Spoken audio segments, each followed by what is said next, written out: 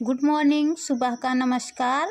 आज हम आप लोगों के लिए लेकर आए हैं हिंदी के महत्वपूर्ण प्रश्न जो परीक्षा की दृष्टि से अत्यंत इम्पोर्टेंट हैं। ये हिंदी की समस्त परीक्षाओं में पूछे जाने वाले प्रश्न हैं।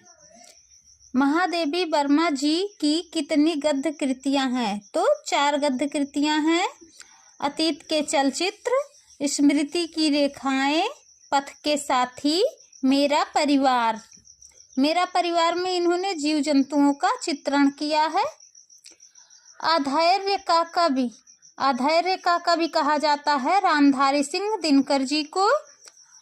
हरिदासी संप्रदाय का अन्य दूसरा नाम, जैसे एक नाम हरिदासी है और दूसरा नाम पूछा जा रहा है तो दूसरा नाम है साखी संप्रदाय।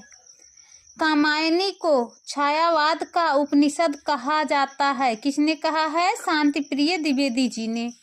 कामायनी को छायावाद का उपनिषद किसने कहा? शांतिप्रिय द्विवेदी जी ने। महादेवी वर्मा की किस कृति में जीव जंतुओं तथा पशु पक्षियों का वर्णन मिलता है? तो अभी मैंने पहले भी बताया, मेरा परिवार में। जयशंकर प्रसाद जी का महाकाव्य कौन सा है और इसके मुख्य पात्र कौन कौन हैं?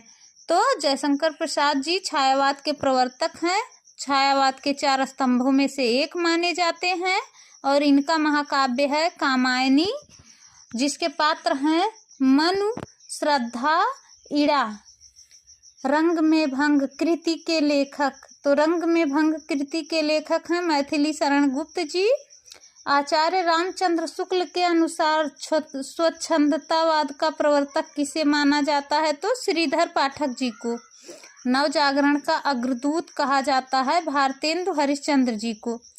जयशंकर प्रसाद की किस कृति को आरंभ में ब्रजभाषा और बाद में खड़ी बोली में रूपांतरित कर दिया गया था? तो प्रेम पथिक को। सतसई काव्य परंपरा को आगे बढ़ाने वाले कवि हैं वियोगी हरि। साकेत की कथा का मुख्य संबंध किस पात्र से है? तो लक्ष्मण और उर्मिला के चरित्र से जुड़ा है साकेत की कथा। जाकी रही भावना जैसी, प्रभु मूरति देखी तुम तैसी।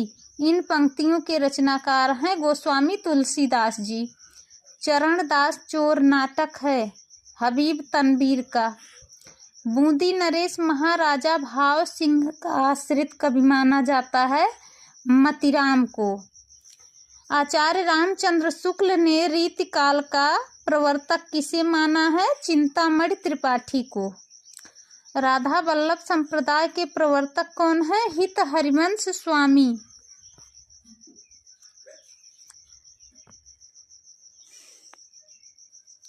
रामचरितमानस का प्रधान रस है शांत रस।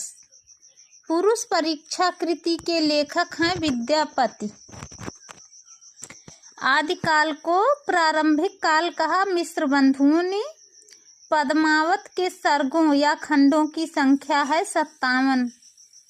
कृषक जीवन की समस्या से संबंधित उपन्यास है गोदान, मुंशी प्रेमचंद द्वारा कृत है और ये 1936 ईस्वी में लिखा गया है।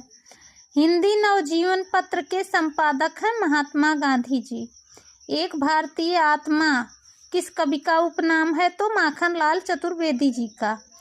आधुनिक युग की गीता कहा जाता है कुरुक्षेत्र को। इसके रचनाकार हैं रामधारी सिंह दिनकर जी। ठेले पर हिमालय निबंध के रचनाकार हैं धर्मवीर भारती जी। हिंदी का प्रथम कवि सरहपा को माना जाता है। रमानाथ जालपा, रतन जोहरा, वकील साहब प्रेमचंद के किस उपन्यास के पात्र हैं? तो गबन के। मुंशी प्रेमचंद के किस उपन्यास में चंद्रहार गहने की बात कही गई है? तो गबन में। झुनिया मुंशी प्रेमचंद के किस उपन्यास की पात्रा है? तो गोदान की। हिंदी की उपभाषाएं हैं 5। कामायनी का प्रथम व अंतिम सर्ग है चिंता और आनंद। प्रथम सर्ग चिंता और अंतिम सर्ग आनंद है।